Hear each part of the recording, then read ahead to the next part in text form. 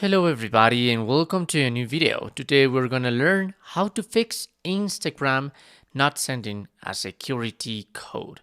So first of all, you must know that in your Instagram you have two options to get contact with you.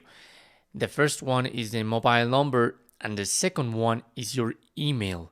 So you must have your account with one of these options, and in that case you're going to be able to receive that security code. Today we're going to learn how to fix that with our messages option with our mobile number, because perhaps what you must do is go to your settings in your Android phone, look for the apps, and now manage apps, and in that way you're going to look for Instagram. And here you have three options at the bottom of your screen. Force stop, uninstall, and clear data. I really recommend you first of all to clear your data. So first the cache and then all data. Obviously in this case you're going to be kicked out from your account, so you must know your username and your password to get into the Instagram account that you want. And the second option is to force stop. And the third and last one, to uninstall your Instagram app and then open your Google Play Store and download it again. That's the first step.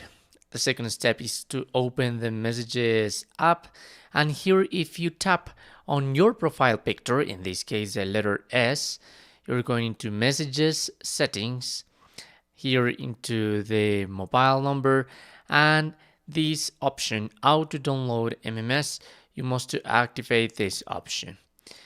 Please don't forget that the signal that you're receiving of your mobile number, it must be high. Sometimes I've been trying to receive some security codes with, I don't know, like 1 or 2 bars of the full signal, and I'm receiving that message like 15 minutes later and so on.